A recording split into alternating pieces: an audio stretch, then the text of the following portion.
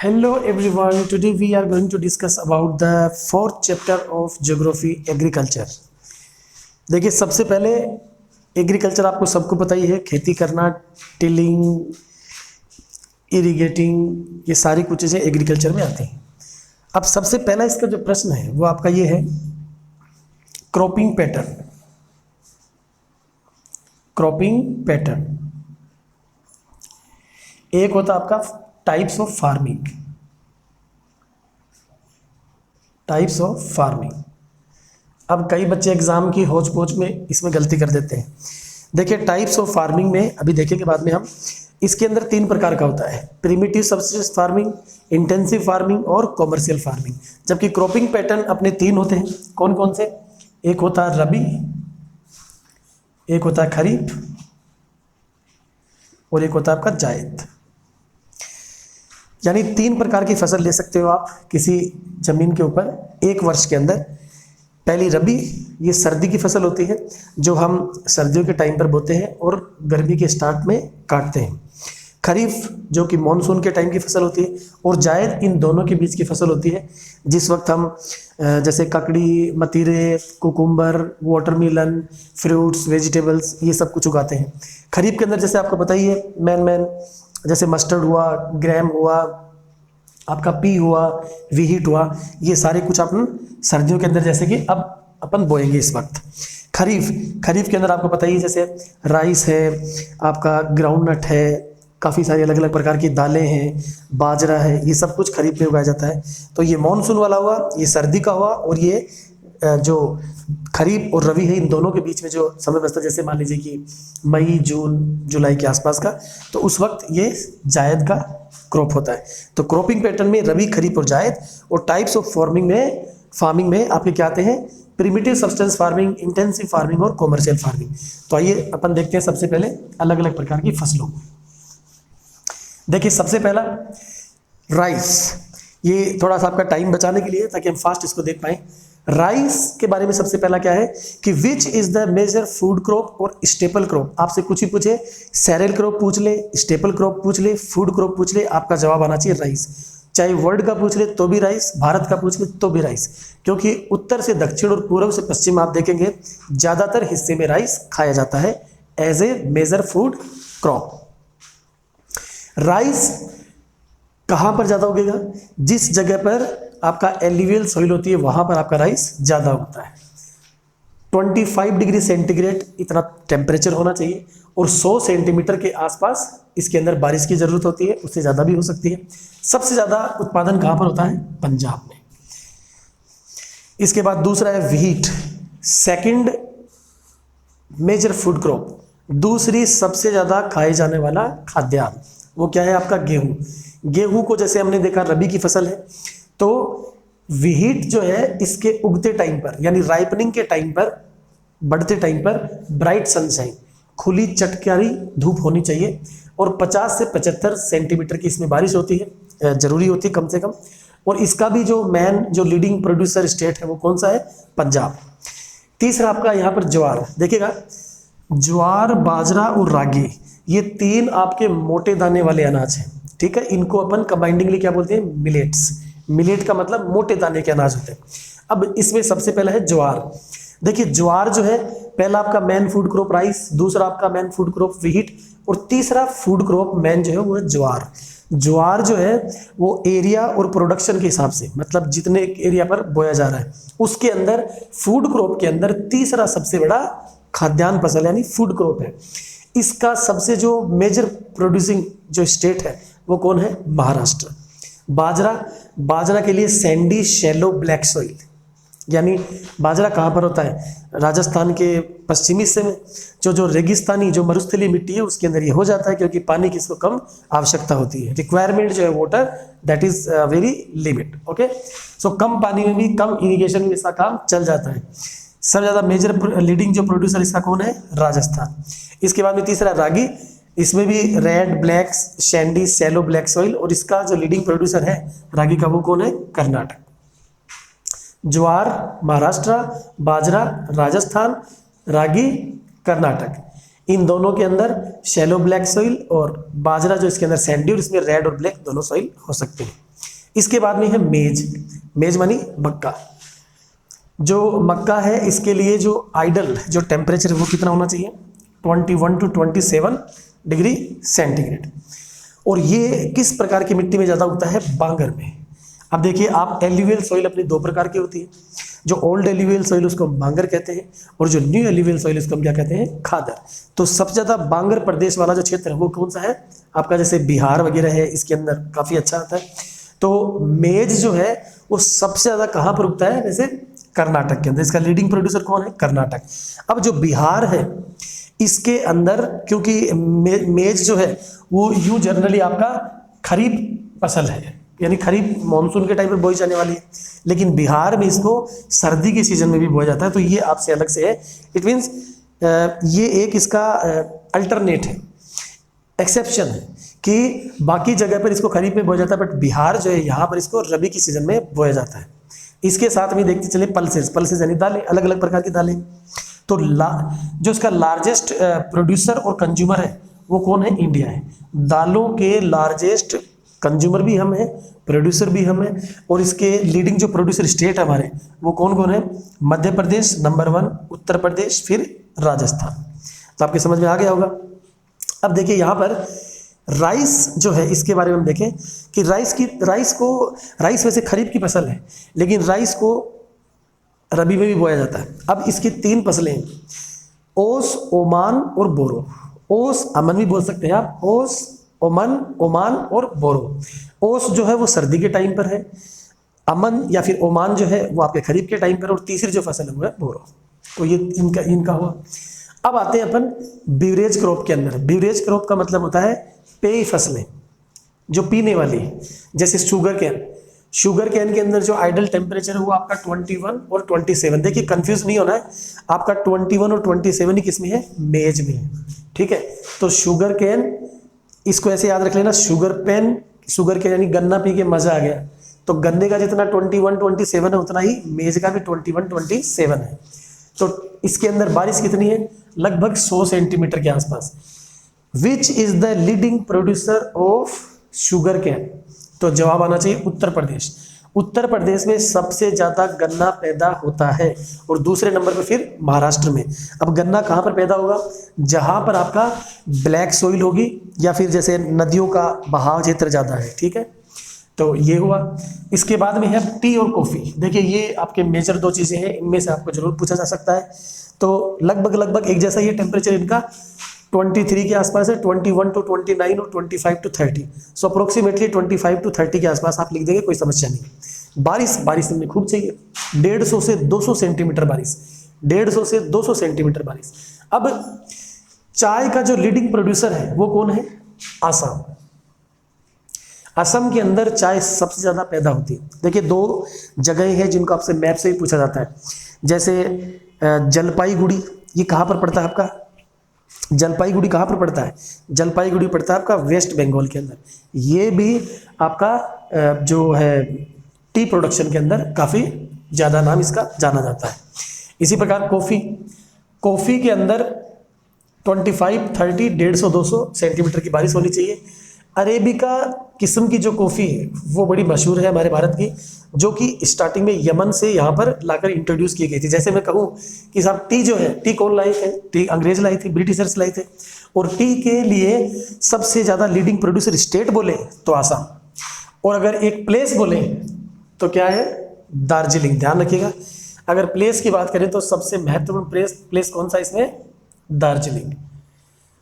अब दार्जिलिंग कहाँ पड़ता है, अगर आपको समय मिले जब भी तो आप लिख के बताइए दार्जिलिंग कहाँ पड़ता है। ठीक है, कौन से स्टेट में आता है। तो जलपाईगुड़ी मैंने कहा आपको वेस्ट बंगाल है, और लीडिंग प्रोड्यूसर स्टेट इसका कौन सा, आसाम है। ब्रिटिशर्स ने इसको इंट्रोड्यूस किया था। कॉफ़ी जो है, कॉफ़ी के अंदर जो लीडिंग प्रोड्यूसर वो स्टेट है वो कौन है भाई, कर्नाटक। ध्यान रखिएगा, कर्नाटका जो है इसका लीडिंग प्रोड्यूसर स्टेट है।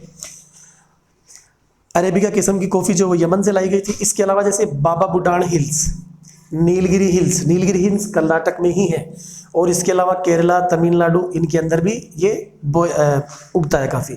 अब देखिए थोड़ा सा आपको एक चीज़ बता देते हैं कि टी और कॉफ़ी कहाँ पर उगती है। डीप फर्टाइल, वेल ड्रेन्ड और moist Frost free. Moist Frost free का मतलब होता है पाला नहीं लगना चाहिए। जैसे सर्दियों में पाला लग जाता है ना, तो पाला नहीं लगना चाहिए लेकिन मॉइस्ट होना चाहिए।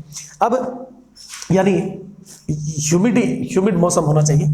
अब डीप फर्टाइल भी होना चाहिए और वेल ड्रेन्ड भी होना चाहिए। जैसे इसको एग्जांपल समझिए आप, जैसे ये एक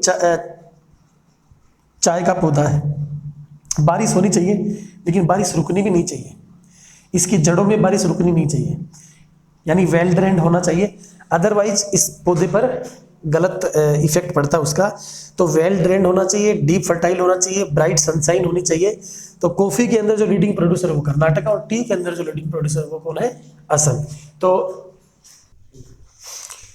अब हम देखते हैं टाइप्स ऑफ फार्मिंग के बारे में, यानी क्रॉपिंग पैटर्न हमने देख ली थी रबी खरीफ और जायद। अब टाइप्स ऑफ फार्मिंग के अंदर अपन ने पहले ही बात कर ली।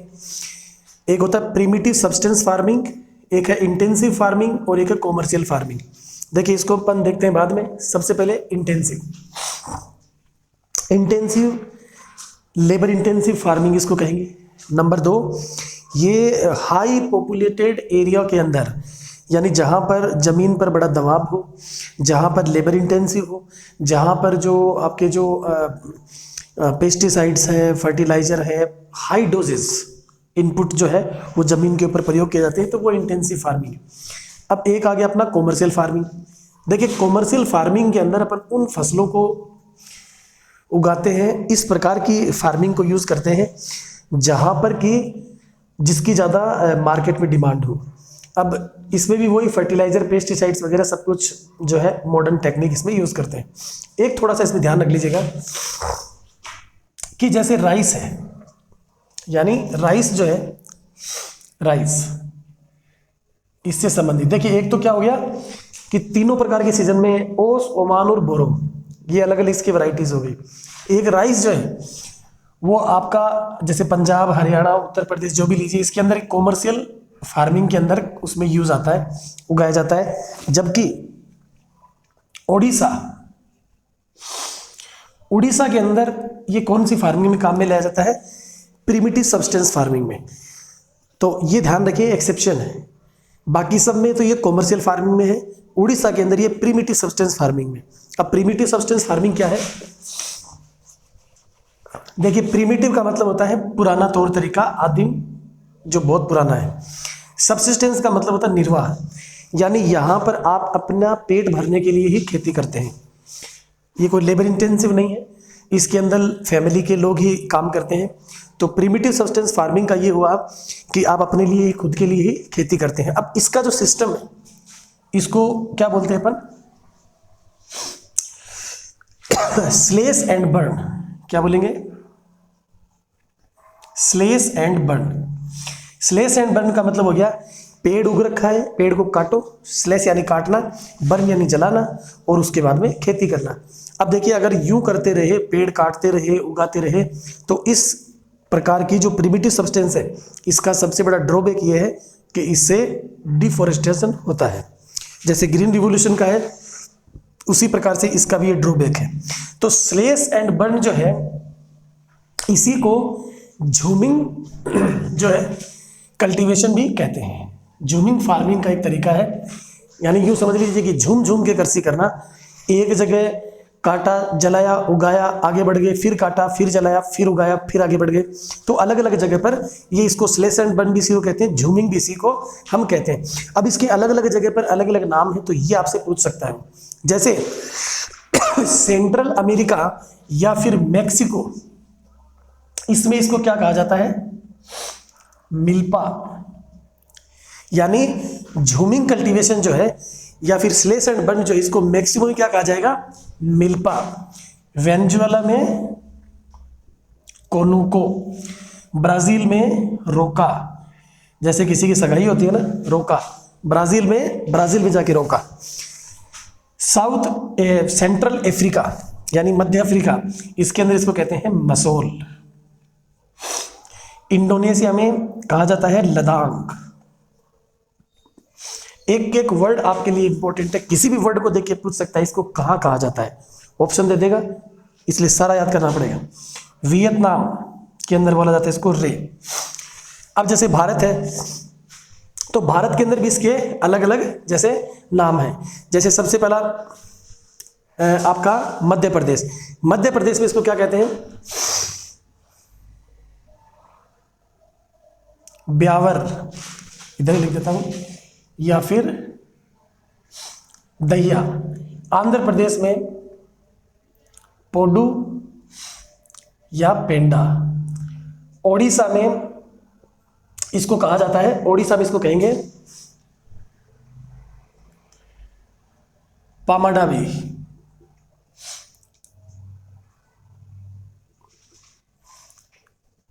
बड़िंगो या बड़िंगा और कोमड़ और कोमड़।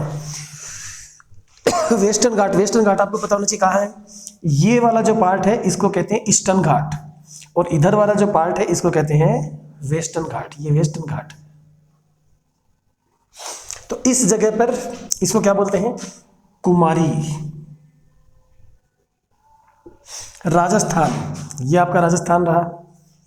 राजस्थान में क्या कहते हैं? वालरा, ध्यान रखिएगा, वालरा या फिर वॉल्टर। हिमालयन बेल्ट यानी ये वाला हिस्सा, हिमालयन बेल्ट। हिमालय में अलग अलग प्रकार के फूल खिलते हैं। हिमालय में कहा जाता है खिल, खिल। और झारखंड में कुरुआ। और नॉर्थ ईस्टर्न पार्ट देखिएगा, नॉर्थ ईस्टर्न पार्ट ये आता है, ये वाला, ठीक है ना, ये वाला पार्ट।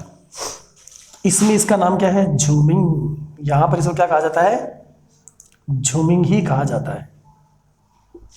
तो ये इसका आप समझ गए। ये कुछ आपके टेक्निकल और इंस्टीट्यूशनल रिफॉर्म्स इसी के तहत, जैसे केसीसी किसान क्रेडिट कार्ड आप देखते ही हैं, जिसके लिए इस क्रेडिट कार्ड से किसानों को लोन मिलता है, सब्सिडी मिलती है सरकार की तरफ से। PIS personal accident insurance scheme, किसी के साथ में कोई अगर दुर्घटना हो जाती है तो इस तरीके से। ग्रीन रिवोल्यूशन, ये हमने अभी इसके पिछले वाले टॉपिक के अंदर देखा ही है। ग्रामीण बैंक कोऑपरेटिव्स लोन वगैरह देने का काम। लैंड होल्डिंग्स यानी भू चकबंदी करना। जैसे देखिएगा इस तरीके से जमीनें जो बटी हुई है उनको एक साथ मिलकर बोना, तो ये बीच का जो ये जगह जो देखिए कितनी जगह वेस्ट हो गई है, इसको कहते हैं चकबंदी। 5 ईयर प्लान 1951 से शुरू होते हैं और आज तक 12 5 ईयर प्लान हुए। पहला 1951 से शुरू हुआ और लास्ट का जो है 12वां 2012 से शुरू हुआ, 2012 से लेकर 2017। ये अब एक ये चीज़ हो रहा है, जेनेटिक इंजीनियरिंग किसे कहते हैं? तो देखिए new hybrid variety of seeds को इन्वेंशन करना, उनको इन्वेंट करना। जैसे शंकर बाजरा, एक अपना देसी बाजरा, एक शंकर बाजरा, तो वो कम टाइम में और ज़्यादा पैदावार, उसके अंदर बीज उसके ज़्यादा होते हैं, तो इसलिए जेनेटिक इंजीनियरिंग। अब एक है भूदान और ग्रामदान। देखिए भूदान और ग्रामदान जो है वो किसके टाइम पर आता है? तो एक व्यक्ति का नाम आप ध्यान रख लीजिएगा, आचार्य विनोबा भावे। कौन है भाई? आचार्य है विनोबा भावे। ये spiritual hero of Mahatma Gandhi, ध्यान रखिएगा, पूछ सकता है वो। Spiritual hear of Mahatma Gandhi. कौन है भाई? आचार्य विनोबा भावे। इस आदमी का नाम, एक और सवाल पूछ सकता है आपसे कि पर्सनल सत्याग्रह किसने शुरू किया था? तो उस टाइम पर जबकि महात्मा गांधी तो जेल में थे, तो 1940 के अंदर 1940 में पर्सनल सत्याग्रह, पर्सनल सत्याग्रह किसने शुरू किया था? तो वो भी आचार्य विनोबा भावे ने। तो सबसे पहला जो सत्याग्रही है पर्सनल सत्याग्रही, वो कौन? आचार्य विनोबा भावे, नंबर 1। दूसरे कौन थे? JL नेहरू, जवाहरलाल नेहरू। और तीसरे थे आचार्य ब्रह्मदत्त। ये ध्यान रखिएगा। अब देखिए क्या होता है कि महात्मा गांधी के शहीद हुए थे, उनके मार्टीडोम के बाद में जो विनोबा भावे हैं वो एक बार आंध्र प्रदेश के अंदर उनके जो विचार थे उनका प्रचार प्रसार कर रहे थे। तो आंध्र प्रदेश के गांव के अंदर ये प्रचार प्रसार करते वक्त कुछ ग्रामीण लोगों ने कहा कि भाई हमें कुछ ज़मीन तो दिलवा दीजिए, लैंडलेस है, तो थोड़ा बहुत उनका जो है लाइवलीहुड थोड़ा सुधर जाए, हो जाए। तो इसलिए अब उन्होंने आचार्य विनोबा भावे, क्योंकि कैसे कह सकते हैं, ज़मीन कैसे दिलवा सकते हैं, तो इसलिए उन्होंने उस वक्त कोई प्रॉमिस नहीं किया। और उन्होंने कहा कि ठीक है, मैं सरकार से बात करूं। इस तरीके की जो चर्चाएं हैं वो चल रही है। इसी बीच एक राम रेड्डी नाम से जो व्यक्ति वो खड़े होते हैं और वो अपनी जो है जमीन दान देते हैं। तो देखिए, इस वक्त डोनेशन हुआ उन गरीब लोगों के लिए या फिर लैंडलेस जो लोग हैं उनके लिए। तो किसी ने जो piece of land, part of land अगर किसी ने दिया, पार्ट ऑफ लैंड, इस चीज को कहा गया भूदान। यानी जमीन का कुछ हिस्सा उन्होंने दान किया तो इसको भूदान। और किसी ने पूरा का पूरा गांव, क्योंकि जमींदार है तो जमींदार के अंडर में काफी सारा बड़ा गांव है, तो उसने पूरा का पूरा गांव दान दे दिया, इसको कहा ग्राम दान। समझ में आ गया? Donation of part of land Bhoodan, donation of whole village that was known as Gramdan. तो आज के लिए इतना ही। वीडियो को लाइक करें, अपने मित्रों के साथ शेयर करें और मिलते हैं अगले वीडियो में। तब तक के लिए जय हिंद, जय भारत, धन्यवाद।